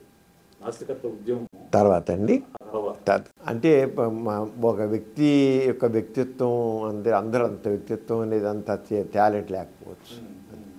కానీ మీ ఎవరు చేయగల లెవెల్లో మేము చేస్తూనే ఉన్నాం. ఇప్పుడు నేను చేయగలంతా చేస్తున్నాను. మేము యూట్యూబ్ ఛానల్స్ పెట్టాను, 20 యూట్యూబ్ ఛానల్స్ పెట్టాను. దాంట్లో పాజిటివిజం గురించి హిందీ ఛానళ్ళు, ఇంగ్లీష్ ఛానళ్ళు, తెలుగు ఛానల్ 3 ఛానల్స్ ఉన్నాయి. ఎథిక్స్ సెంటర్ ఉంది, ఎథిక్స్ బులెటిన్ ఉంది. ఇతీజ బిల్టన్లో రెగ్యులర్ నాస్తికత్వం చెబుతున్నాను, చేస్తున్నాం. పుస్తకాలు వేసాం. మా లావణ్య వాళ్ళు చేశారు. లావణ్య అయితే మా పెద్దన్నయ్య వాళ్ళు అయితే శూర్పం దొంగల సంస్కరణ చేశారు, దేవదాసి చేశారు. తర్వాత అంటే ఎవరి లెవెల్లో చేస్తున్నారు, తాహతులు అంతే. అది మీ అందరూ కొన్ని కరెక్టే. మీకు ఎందుకంటే కనబడుతుంది, పెద్ద వ్యక్తి కనబడుతున్నారు, వాళ్ళతో కంపేర్ చేస్తారు మీరు. ఆ కంపేర్ చేసి ఆ ప్రశ్న కరెక్టే, కానీ ఆ ప్రశ్న తగ్గట్టు మీరు ఏమని చెప్పాల్సి వస్తుంది అంతే. నాస్తిక మార్గం వస్తుంది. ఎథిస్ట్ పేపర్ నేను ఢిల్లీలో ఉన్నప్పుడు నాస్తిక సబ్స్క్రైబర్ని, నా పేరు మార్చడానికి కూడా గోదావరి ప్రభావం ఉంది. I don't believe in surname, I don't believe in caste. Very good. అందుకే మళ్ళీ అడిగా మీ పేరు మార్చుకున్నారని. ఇది డిఫరెంట్గా ఉంది కనుక నేను మొత్తం ప్రశ్న సజీవ్ మళ్ళీ వేసాను. నేను మార్చుకున్నాను. ఎందుకంటే ఆ క్యాస్ట్, దేవుడి పేరు, క్యాస్ట్ నేము, సర్నేమ్ మొత్తం తీసేస్తే మిగిలిన పేరు మీరు అన్నారు. ఇంకా సమాజం వెనక్కి వెళుతోందా అని అన్నారు, కానీ లేదండి. ఇప్పుడు యూత్ చాలా ఇదిగా ఉంది. అయితే అంటే అంత ధైర్యంగా చెప్పలేట్లే, కానీ వాళ్ళ పూర్వకాలంలాగా అంత మూఢ విశ్వాసం లేదు మనుషుల్లో. ఒక తిరుపతి వెళ్ళే వాళ్ళు ఉన్నారు, వెళుతున్నారు, కానీ ఊరు వెళుతున్నారు అంతే. ఒక సాంప్రదాయంగా ఒక ఊరి వాళ్ళు చూస్తున్నారు, ఒక ఆచారంగా చెయ్యాలి. అంతే జరుగుతున్నాయి, కొన్ని జరుగుతున్నాయి, అవి కొన్ని కానీ పూర్వకాలం లేదు. మీరు చూడండి, రాబోయే నాస్తికత్వం అంది. నాస్తికత్వం ద్వారానే సమాజం ముందుకు వెళుతుంది, ఆస్తికత్వం ద్వారా సమాజం ముందుకు వెళ్ళదు. అంటే తప్పనిసరిగా రాబోయే నాస్తికత్వం అందే. నేను ఖచ్చితంగా ఘంటాపదం చెబుతున్నాను. మీరు పోయి ఎన్నో దేశాలు మీరు వెళ్తే ఎన్నో దేశాలు నాస్తికత్వం నాస్తికులు పెరిగిన దేశాల్లోనే సంతోషంగా ఉంటారనేది మాకు సర్వేలన్నీ కూడా చెప్తున్నాయి, హ్యాపీనెస్ ఇండెక్స్ అన్ని కూడా చెప్తున్నాయి. కానీ నా అబ్జర్వేషన్లో మన దేశంలో ఇవి ఇప్పుడు కారణం ఏంటంటే అండి, పొలిటికల్ లేవుగా ఓట్ల కోసం ఇవన్నీ వలేదండి. కేవలం ఓట్ల కోసం ఇప్పుడు ఇక మన మోడీ గారైనా రామ మందిరం అనేది కానీ ఇంకోటి కానీ అంతా కూడా ఒక మతం వాళ్ళని పట్టుకొని వాళ్ళ ఓట్లు క్యాచ్చారు. అంతా ఈ కులాన్ని పట్టుకోవడం చేయడం అంతా కూడా కులతత్వం. ఇప్పుడు కులాల పట్టు తప్పింది, కులోన్మాదం పెరిగింది. మతం అసలు అందరు మనుషులు హాయి అందరు కలిసి ఉంటున్నారు. పూర్వకాలం అయితే ఒక హరిజనులు వచ్చి ఒక అందరు అంటరాని బ్రాహ్మణుడితో కూర్చొని భోజనం చేయగలేవాడు కాదు, వాళ్ళ వీధులు నడిచేవాడు కాదు. కూడా కలిసి వాళ్ళ ఇంట్లోనే ఉంటున్నారు, ఇంట్లో పని చేస్తారు, అని చేస్తున్నారు, పెళ్ళిళ్ళు కూడా చేసేసుకుంటున్నారు. అది పూర్వకాలం లేదది, ఆ పట్టు పోయింది. కుల తత్వం వస్తుంది. అవంతా రాజకీయాలు ఈ రాజకీయాలు ప్రభుత్వాలే, ఈ పార్టీలే ఈ కులోన్మాదాన్ని మొత్తం పెంచుతున్నాయి. అందుకనే కావాలి చైతన్యం, ప్రజల్లో ఆ చైతన్యం తీసుకొస్తే వస్తుంది, ఖచ్చితంగా వస్తుంది. ఇలా ఉండదు. తప్పకుండా ఎలా అయితే ఫ్రెంచ్ విప్లవం వచ్చిందో ఆ రంగానే విప్లవం వస్తుంది. వీటికి ఇలాంటి వాటి కూడా ఒక రకమైన సాంస్కృతిక విప్లవం వస్తుంది. ఆ సంస్కృతం వచ్చినప్పుడు ఇవన్నీ కొట్టుకుపోతాయి. ఇప్పుడు ఈ జనరేషన్లో, వస్తున్న జనరేషన్లో ఈ రిలీజియస్ ఫెనటిజం అనేది పెరిగిందని నాకు అనిపిస్తుంది సార్. ఎందుకంటే ఇంతకు ముందు లేని కులాల పేర్లు వెనక తగిలించుకోవడము, ఇంతకుముందు అమ్మాయిలు లేదు, అసలు అబ్బాయిల్లో మాత్రం కులం పేరు తగిలించుకోవడం ఉండేది. ఇప్పుడు అమ్మాయిలు కూడా తగిలించుకుంటున్నారు. ఓకే, ఇంకోటి పెళ్ళిళ్ళలో కరెక్ట్గా క్యాస్ట్ చూడటం, ఇవన్నీ పెరిగిపోయిందని అనిపిస్తుంది ఈ జనరేషన్లో. మోరోవర్ ఈ మీడియా వచ్చిన తర్వాత, సోషల్ మీడియా వచ్చిన తర్వాత ఈ మతానికి సంబంధించిన ఛానల్స్ కానివ్వండి, యూట్యూబ్ ప్రతి ఛానల్లో మతానికి సంబంధించిన ప్రోగ్రామ్స్ పెట్టడము. ఇక యూట్యూబ్ ఛానల్స్ చెప్పే లేదు, పొద్దున్న లేగిస్తే ఏది తినేటప్పుడు ఇటువైపు కూర్చోవాలి, లేకపోతే నిద్రపెట్టి ఇటువైపు పడుకోవాలి. ఆయన ఇప్పుడు పుష్కరాలప్పుడు ఎలా మట్టి ఎలా వెనక్కి, ఇది కూడా వీటి మీద కూడా కొన్ని లక్షల మంది చూస్తున్నారు సార్. మరి దీనికి తీకొట్టడానికి ఒక ఎథీస్ట్ చెప్పాలంటే God father of atheism in India, Gora గారి కుమారులుగా, అలాగే ఎథీస్ట్ సెంటర్గా మనం ఏం చేయొచ్చు, ఏం చేస్తున్నారు, సొసైటీ ఏం చేయొచ్చు? ఇప్పుడు ఏంటి ఒక ఫ్యాషన్ అయిపోయిందంట. నేను పేర్లు వెనకాతల చౌదరి, రెడ్డి, నాయుడు ఇవన్నీ ఇలా పెట్టుకోవడానికి ఒక ఫ్యాషన్ అయిపోయింది. ఎందుకంటే అన్నిటికీ పొలిటికల్ గెయిన్స్ ఉంటున్నాయండి. ప్రతి వాళ్ళకి పొలిటికల్ గెయిన్స్ కావాలి, పొలిటికల్ రికగ్నిషన్ కావాలి. వాళ్ళ వెనకాల 10 మంది మనుషులు ఉండాలి. ఇప్పుడు ఫాలోయర్స్ అనేది కావాలి. ఆ పూర్వకాలం ఇండివిజువల్గా ఒక రికగ్నిషన్ ఉంటూ పెరిగేవాడు. ఇప్పుడు అలా కాకుండా ఫాలోయర్స్ అనేది పెంచుకోవాల్సి వస్తుంది. ఆ ఫాలోయర్స్ కావాలంటే వాడు నాయుడు అయితేను, రెడ్డి అయితేను, చౌదరి అయితేను ఫాలోయర్స్ గ్రూప్గా ఉంటుంది. అది దాని రికగ్నిషన్ కోసం ఒక గ్రూప్ మెంటాలిటీ, ఒక మాబ్ మెంటాలిటీ లాగా ఈ గ్రూప్ మెంటాలిటీ డెవలప్ అవుతుంది. దానివల్ల ఈ రకమైన చెప్పాలంటే ఒక ట్రెండ్ ఇది ఎప్పుడు ఉండదు, ఎంతో కాలం ఉండదు. ఇది పొలిటికల్ గెయిన్స్ ఇవన్నీ వీళ్ళంకాతల పొలిటికల్ పార్టీలు కూడా ఆరంగానే ఈ పలానా పార్టీ పలానా చౌదరిది, పలానా పార్టీ రెడ్డిది, పలానా కాపులది, పలానా లీడర్ కాపు లీడరు, పలానా చౌదరి లీడరు, పలానా రెడ్డి లీడరు, ఇలాగా పార్టీల వాళ్ళు కూడా పార్టీకే సలహాన్ని ముద్ర పడిపోతారు. అవన్నీ ఇప్పుడు ఏంటి పొలిటికల్గా గెయిన్స్ కానీ, రికగ్నిషన్ కానీ, బెనిఫిట్స్ కానీ అన్నిట్లో అలా ఉంటేనే వస్తున్నాయి. మరి ఇప్పుడు ఈ బాబాలు కనుక ఏంటి సార్? జగ్గి వాసుదేవ్ ఉన్నాడు, శ్రీ రవిశంకర్ ఉన్నాడు, రకరకాల మంది బాబాలు ఉన్నారు. వీళ్ళు కొన్ని వేల కోట్ల సామ్రాజ్యాన్ని సృష్టించారు. అవును వీళ్ళ అప్పట్లో ఒక సత్యసేవ ఒకటే ఉండేవాడు. ఇప్పుడు ఒక రాష్ట్రానికి ఒక బాబా తయారయ్యారు. వీళ్ళందరూ కూడా పొలిటికల్గానే వీళ్ళు డెవలప్ అవుతున్నారు. పొలిటికల్ గెయిన్స్ కోసం బాబాని పెంచుతున్నారు. ఒక పొలిటికల్ లీడర్ వెళ్తాడు, వాడిని పెంచుతాడు, వాడు లీడర్ అంటే వాడిని పెంచుతుంటే వాడి వల్ల వీళ్ళకి లాభం ఉంటుంది. వాళ్ళు వీళ్ళ పొలిటికల్గా ఉన్న ఆస్తులు వెళ్ళారు దాస్తున్నారు. ఒక రకంగా చెప్పాలంటే ఈ బాబాలు, స్వామీజీలు ఈ పొలిటికల్ లీడర్స్ యొక్క డబ్బులు దాచిపెట్టడం కోసం ఎలక్షన్ టైంలో డబ్బులు దాచిపెట్టి ఇంకో చోట లాభం లేదు.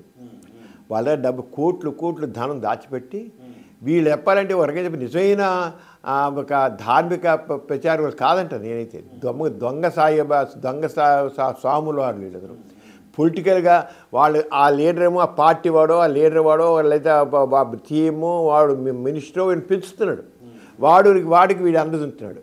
ఇదంతా పరస్పర ఆశ్రితాలు అన్నమాట. పరస్పర ఆశ్రితాలు.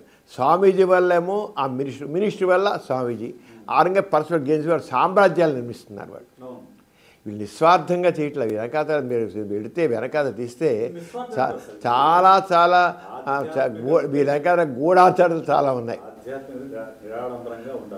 ఈ ఆధ్యాత్మికం అనే పేరుతో వాళ్ళు చూశారు. మీరు ఎన్ని రకాల స్వామీజీలు, ఎన్ని రకాల మోసాలు, ఎన్ని రకాల చివరికి పోయి డేరా బాబాలు వీళ్ళందరూ రేపు జైల్లో కూర్చుని ఎలా ఉన్నా చేసేవాళ్ళు, ఇన్ని మర్డర్స్ చేసేస్తున్నారు.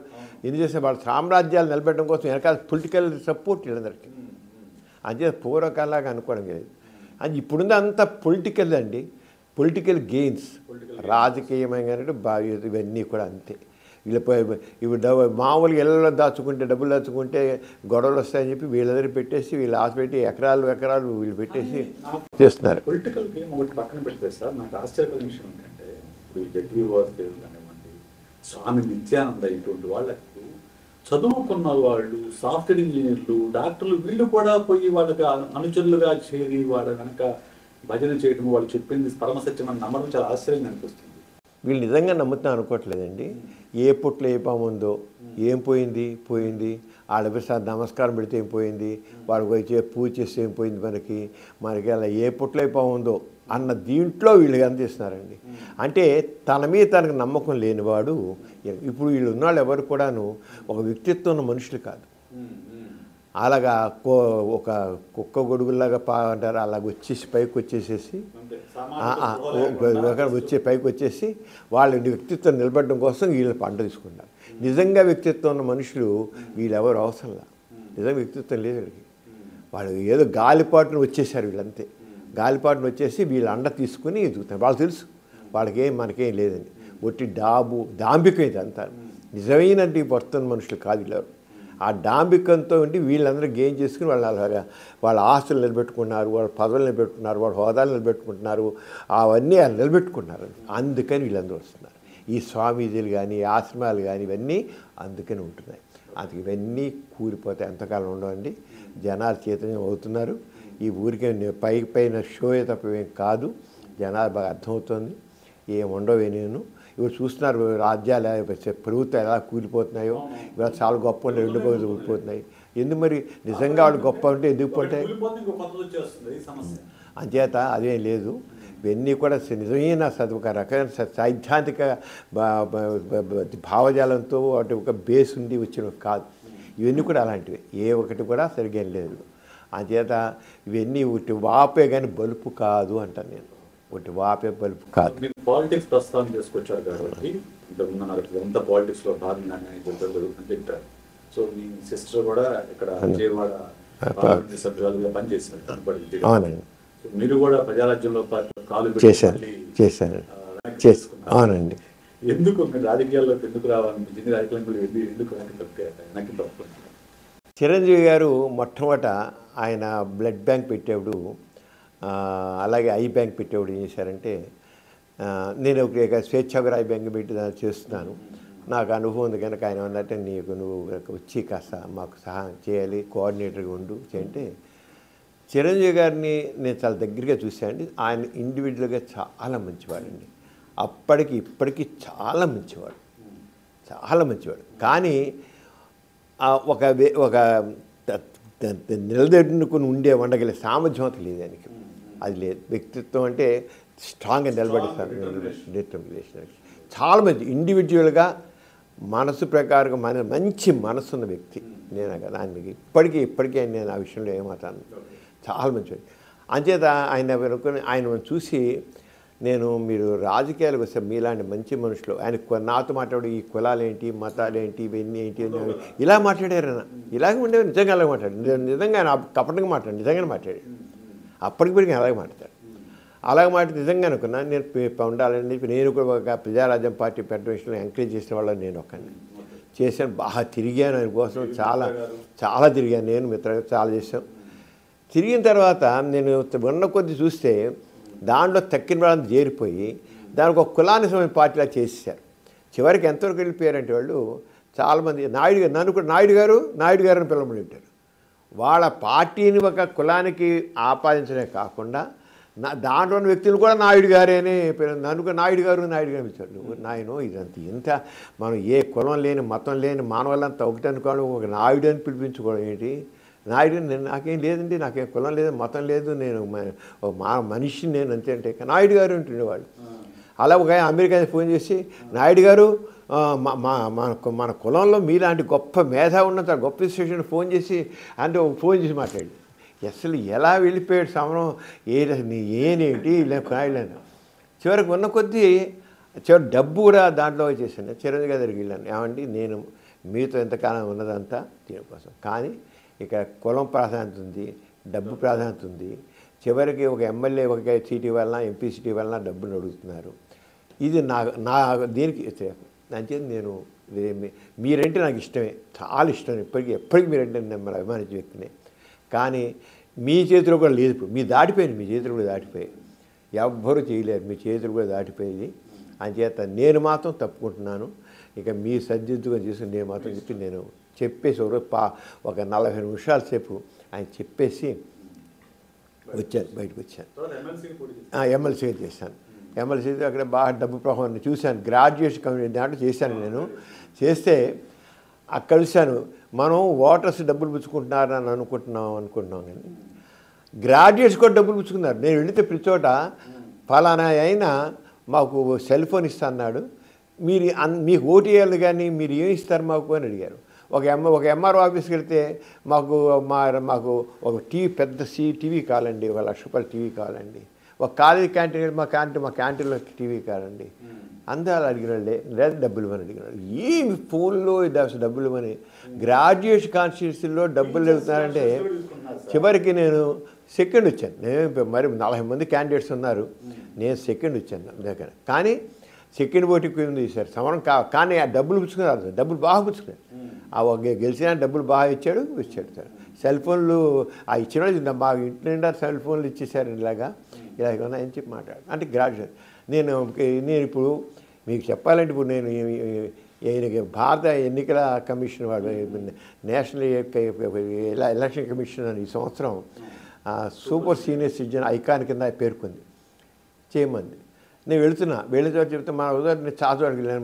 అల్లు సీతారామ ట్రావెల్ ఏరియా వెళ్ళాను, అక్కడ మాట్లాడాను. మన ఎన్టీఆర్ జిల్లాలో ఒక తండాల దగ్గర వెళ్ళాను, వాళ్ళతో మాట్లాడుతూ అమ్మ చెప్పాము ఏదో ఓటు అంటే మీకు ఆయుధం, అది మీరు ఏటి వేసి మేము పిచ్చవాడు కావాల్సినంత తిండి కావాలి, బట్ట కావాలి, చదువు కావాలి, ఆరోగ్యం కావాలి, అన్నీ కావాలి.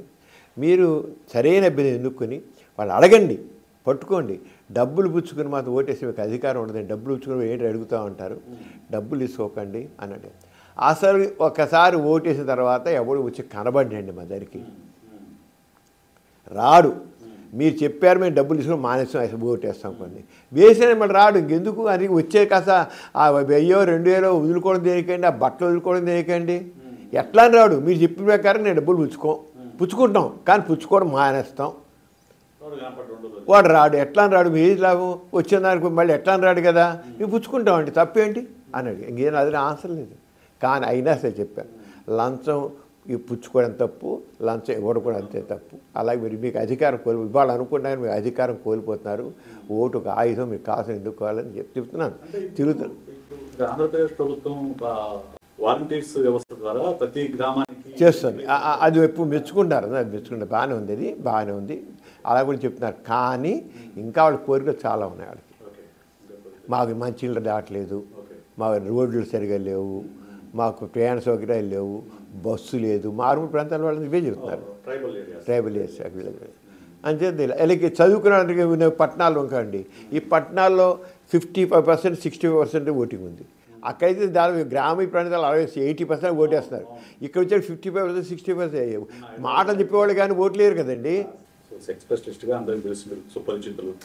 అలాగే గోరా గారి కుమారులుగా నాస్తికత్వ అని అలాగే ఈ బ్లాక్ మ్యాజిక్ వీటిపై కూడా మీరు చాలాసార్లు చేశారు, చాలా ఉద్యమం లాగా చేశారు. ఓకే, బాణవతి జాతర మీద మేము చేసి మీదకి ఎలా చేసాం, చాలా చేసాం. మీ గురించి అందరికీ తెలుసాను. కానీ నాకు నచ్చింది ఏంటంటే మీరు ఒక 20 యూట్యూబ్ ఛానల్స్ రన్ చేయడం. అంటే ఈ జనరేషన్లో నేను కూడా మొన్న ఈ మధ్య యూట్యూబ్ ఛానల్ స్టార్ట్ చేశాను. మీరేమో అప్పుడే 20 యూట్యూబ్ ఛానల్ స్టార్ట్ చేసి ఒక దాంట్లోనేమో 711K సబ్స్క్రైబర్స్ ఉన్నారు, ఇంకో దాంట్లో 75K సబ్స్క్రైబర్స్ ఉన్నారు. మెయిన్ మీ ఉన్న ఛానల్స్ పైన ఇలా మీకు ఎందుకు అనిపించింది మీరు యూట్యూబ్ ఛానల్ స్టార్ట్ చేయాలని చెప్పేసి? ఇప్పుడు మనం అది చెప్తే చేంజింగ్ టైం, చేంజింగ్ ట్రెండ్స్ అని వచ్చాడు కల్లా ఇప్పుడంతా సోషల్ మీడియా ఎక్కువ వచ్చేస్తుంది. దాన్ని మనం ఉపయోగించుకోవాలి. ఇప్పుడు మనం ఎప్పుడు కూడా మారుతుంది, దాని ప్రకారంగా మనం కూడా మారాలి, మనం కూడా దాన్ని తీసుకుని వెళ్ళాలండి. ఇప్పుడు చూస్తాం చాలా ఏజ్డ్ పర్సన్స్ ఉన్నారు, చాలామందికి సెల్ ఫోన్ ఉంటుంది, దాంట్లో వాట్సాప్ చూడడం తెలీదు, లేదా వాట్సాప్ పంపించడం తెలీదు, లేదా ఈమెయిల్స్ చూడడం పంపించడం తెలీదు, చూడడం తెలీదు, అలా ఉన్నారు. ఎంతో మారిపోతే చాలా ఫాస్ట్గా డెవలప్ అయిపోతానండి.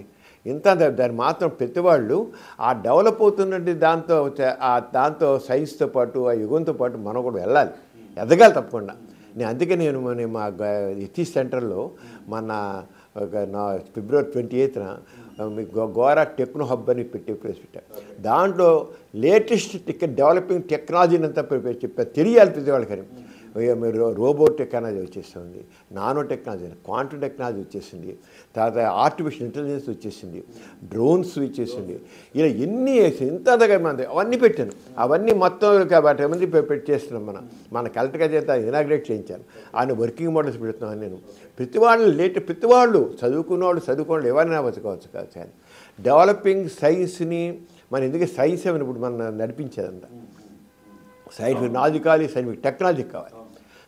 నేను మాత్రం ఆ విషయంలో మాత్రం ఇది ఏదైతే పురోగమిస్తుందో దాన్ని మనం తప్పకుండా తీసుకోవాలి. నాస్తిక ఎథిస్ట్ సెంటర్ కింద కేవలం ఎథిజం మీదేనా లేక మిగతా చాలా ఉన్నాయి, అది చాలా న్యూస్ ఉన్నాయి. ఇక్కడ మహిళలకి స్వయం ఉపాధి నేర్పించడం చాలా ఉన్నాయి. కొంచెం వాటి గురించి కొంచెం ఇప్పుడు ఎథిక్స్ సెంటర్ ద్వారా మేము చాలా కార్యక్రమం చేస్తున్నామండి. ఇక్కడ గోరా సైన్స్ సెంటర్ ఉంది. ఈ గోరా సైన్స్ సెంటర్ సైన్స్ సంబంధించినవన్నీ ప్రోగ్రామ్స్ చేస్తున్నాం. తర్వాత వాసవి మహిళా మండలి ఉంది, దాని ద్వారా ఉమెన్ అండ్ చైల్డ్ వెల్ఫేర్కి సంబంధించి యాక్టివిటీస్ చాలా చేస్తున్నాం. ఆజంతా మండలి ఉంది, గ్రామీణ ప్రాంతాల్లో డెవలప్మెంట్ ప్రోగ్రామ్స్ చేస్తున్నాం. సంస్కార్ అని ఉంది, సంస్కార్ ద్వారా క్రిమినల్ రిహాబిలిటేషను, సోషల్ రిఫార్మ్స్ ఇవన్నీ చేస్తున్నాం. అలాగే వాసవి నరసింహ ఉంది, హెల్త్ సర్వీస్ అని చేస్తున్నాం. ఇలా రకరకాల యాక్టివిటీస్ ఇవేదే కాదు, అలాగే ఎన్నో సోషల్ రిఫార్మ్స్ కార్యక్రమాలు చేస్తున్నాం. తలలో పని చేసుకొని చేస్తున్నాము. అలా యాక్టివిటీస్, అలా పేపర్లు ఉన్నాయి, పుస్తకాలు ఉన్నాయి, అవన్నీ చేస్తున్నారు. వచ్చే ప్రభుత్వానికి మీ సేవలు మరింత మీ నివేదిక అందిస్తారని, వాటి ద్వారా ఆంధ్రప్రదేశ్లో వైద్య విప్లవం వస్తుందని ఆశిద్దాము. అలాగే మీ అథీస్ట్ సెంటర్ ద్వారా మీ మార్గం నడిచి మరికొంతమంది అథీస్టులుగా మారతారని, సైంటిఫిక్ టెంపర్మెంట్ జీవితాన్ని గడుపుతారని ఆశిద్దాం సార్. నమస్తే అండి.